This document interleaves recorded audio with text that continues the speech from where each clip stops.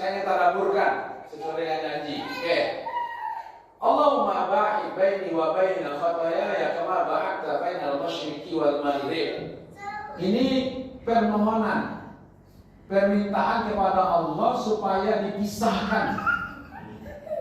dipisahkan antara kita dengan dosa kita itu. Pemisahnya seperti terpisahnya timur dengan barat. Berarti betul-betul kita meyakini, ya kan, kepada Allah, bermohon kepada Allah bukan sekedar diampuni dosa kita, tapi diputus hubungan dosa dengan kita, diputus hubungan pengaruh dosa kita, diputus hubungan akibat dari dosa itu. Itu yang hadir di situ. Makanya Nabi kalau soal diampuni, udah sholat itu diampuni dosanya.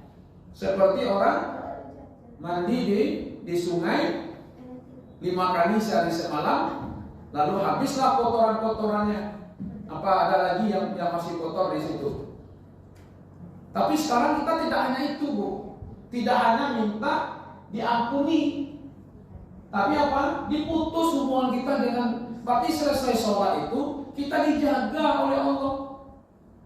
Perkataan kita dijaga, perbuatan kita dijaga, harta kita dijaga, rumah tangga kita dijaga. Maka itu sehebat-hebat tempat sholat di masjid, kita sholat sunat kan disuruh di rumah. Sholat tahajud kah, sholat duha kah. Kalau dekat rumah kita dari masjid, bisa sholat rawatib pun di rumah. Iya kan? Supaya apa? Supaya rumah itu pun dijaga oleh Allah dari dosa-dosa. Jadi itu Allahumma ba'id baini wa baina khataaya kama ba'adta bainal masyriqi wal maghrib. Ya Allah, putus hubunganku dengan dosaku, putus hubunganku dengan pengaruh dosa-dosa. Ada orang enggak bersoleh tapi dosa-dosa lama dulu masih saja dia enggak bersoleh. Tapi akibat dari dosa yang lama itu masih berpengaruh kepada diri dia. Dan akibatnya itu masih ada. Coba bayangkan ibu, Naruminya menjabat 5 tahun, masuk penjara 5 tahun. Ada nggak seperti itu? Berarti akibat dari dosanya itu, ya kan? Nah ini kita sebenarnya sedang bermohon kepada Allah supaya kita disucikan. Tidak sekedar beruduk disucikan, sholat disucikan, tapi ada satu doa, ada permintaan kepada Allah supaya benar total kita bersih dari dosa-dosa kita. Baik bersih dari pengaruhnya atau juga bersih dari akibat perbuatan dosa. Bukankah ada seperti ini, Bu? Ya. Apa kisahnya yang menarik itu? Yang berbuat dulu orang dulu, tapi masih ada 7 keturunannya yang akan naik. Ada seperti itu. Akibat dari kelalaian nenek moyangnya, ya kan? Itu muncul terjadi. Ini kalau minta diputuskan dari Allah. Jadi ada permintaan di situ pembersihan yang sempurna. Bahwa bantuannya seperti kain putih. Tidak ada lagi kalau kain hitam, Bu. Atau jangan hitam lah ya, coklat saja lah. Ada kali kotoran. Ini masih ada sebenarnya, tapi adalah samose warnanya. Dia coklat pun samose warnanya, Bu. Udah berhenti sih bersih. Tapi kalau kain putih seperti yang ibu punya, aduh juga dalam masa ngasalnya deh Pak. Sampai saat itu maka rahasianya, kenapa di sini seperti kain putih? Karena kalau kain yang lain, wah remeh saja rahasianya. Lah, nampak lah Pak. Tapi kalau kain putih sampai dicuci kapan perlu direndam jo pernah nggak merendam kain yang nggak putih dengan backlit? Nggak ada kan? Karena anggap saja adalah sampo warna rahasia. Pak itu mana simbol kebersihan, tidak ada noda di situ, ya kan? Sehingga apa dosa-dosa yang bekas-bekas itu dihapuskan semuanya. Hatinya bersih seperti kain putih. Kain putih itu kalaupun besok ada noda nampak capek. Tapi kalau kain hitam lagi 2 hari pakai Pakuka leko dia bisa ada lulun kumuan nah, tapi pakai belakang bana di belakang alun kumuan nah kan itu kan. Nah itu rahasianya bu, kenapa kain putih? Karena kalaupun dia ternoda berikutnya cepat bisa terlihat capek lo manusia dia parahnya itu kesalahan itu tidak nampak ninyo apa yang diperbaiki. Salah saya apa ya?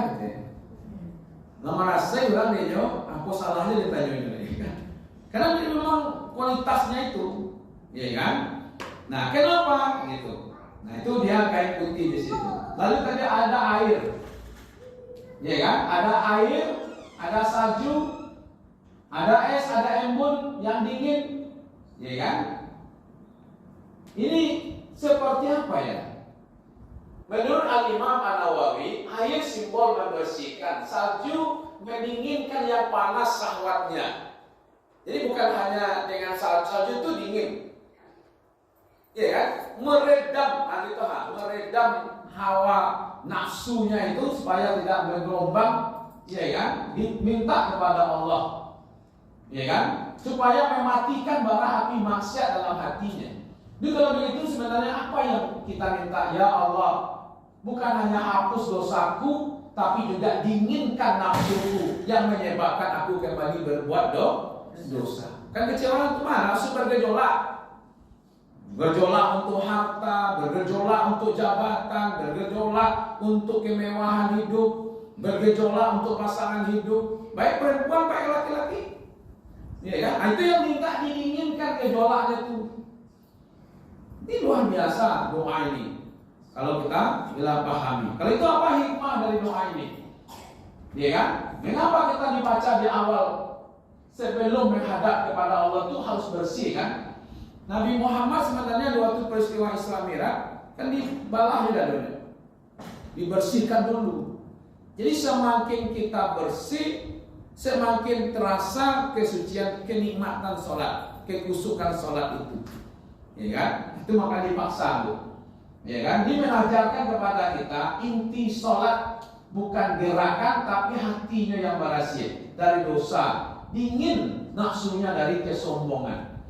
Ya kan? Maka itu sebenarnya taubat batinnya yang penting di situ. Enggak pembersihan diri. Oke. Lalu bagaimana dengan keyakinan kita kepada doa kita tadi itu? Supaya Allahu Akbar. Lalu baca Allahumma ba'id baini wa baina khotoyaya kama ba'adta bainal masyriqi wal maghrib. Allahumma nakini min khotoyaya kama inakau sabul abyadu minad danas. Allahumma ksilni khotoyaya bil ma'i wasalji wal barad. Itu ada kaitannya dengan tersambung dengan Allah. Sehingga itu doa. Jadi bukan bacaan, maka disebutlah dia doa iftitah, doa pembuka di situ. Ya kan? Jadi kalau kita kaitkan dengan keyakinan, ini pengakuan total kepada Allah. Artinya hanya Allah lah yang punya kemampuan untuk memisahkan antara kita dengan dosa kita.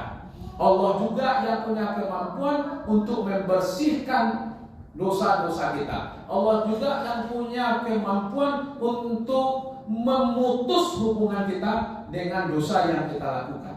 Allah juga yang punya kemampuan untuk membersihkan bekas-bekas dari dosa di situ. Maka total permohonan itu kepada Allah. Satu. Ya, satu. Nanti kalau ditanyakan Bapak Ibu ya, doa pemulihan jiwa, pemutus rantai kemaksiatan, doa pendingin hawa nafsu yang bergejolak, doa pembuka dialog supaya Allah mensucikan diri kita. Maka itu sebenarnya siapa yang membaca dengan tadabbur, sholatnya berubah, ritualnya bukan lagi sekedar ritual biasa. Oke ya? Kalau ibu terkagum-kagum dengan bacaan ini, maka paksa menghafal, ya kan? Paksa untuk menghafalnya, gitu ya. Ya nanti lama tuh, terima itu dulu, mereka baru dipilih, ya. Oke, jadi waktu membacanya itu, kalau dari hadis tadi itu setelah apa? Setelah takbir atau ihram. Ya karena Rasulullah SAW izakara fi sholati sakatu. Jadi beliau terdiam, ketika terdiam itulah ditanya sahabat apa yang dibaca ya Rasulullah. Maka dibaca Allahumma ba'id, ya kan? Tetapi ini Bebo, riwayat yang lain menjelaskan bisa dibaca pada sholat fardu, bisa dibaca pada sholat sunat, bisa dibaca pada sholat malam. Jadi silakan. Nah, ibu bebas saja memilih. Mau di sholat malam baca ini. Kan sholat kita kan banyak. Di sholat fardu silakan, di sholat sunat silakan, mau tahajud malam baca. Jadi jangan terbalik pula logika ibu. Ustaz, kalau kami sholat sunat, boleh tidak baca doa kita? Ya jangan tanyakan boleh. Sedang tak sholat saya boleh. Ya kan? Kan boleh tidak sholat sunat? Ya boleh.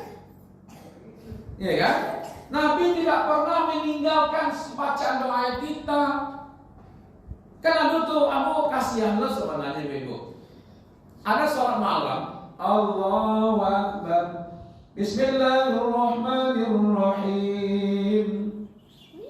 Dia tinggalkan doa kita. Saya coba Ibu perhatikan nanti. Ada berapa sholat malam Ramadan itu ada? Berapa rakaat?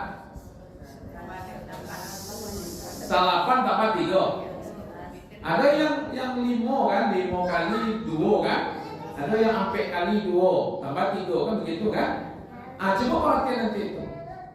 Ada imam kita itu kalau 2 rakaat pertama mungkin dia baca agak panjang sedikit. 2 rakaat yang kedua Allahu Akbar, Bismillahirrahmanirrahim, Alhamdulillahirabbil alamin. Dan dibacanya doa kita kan.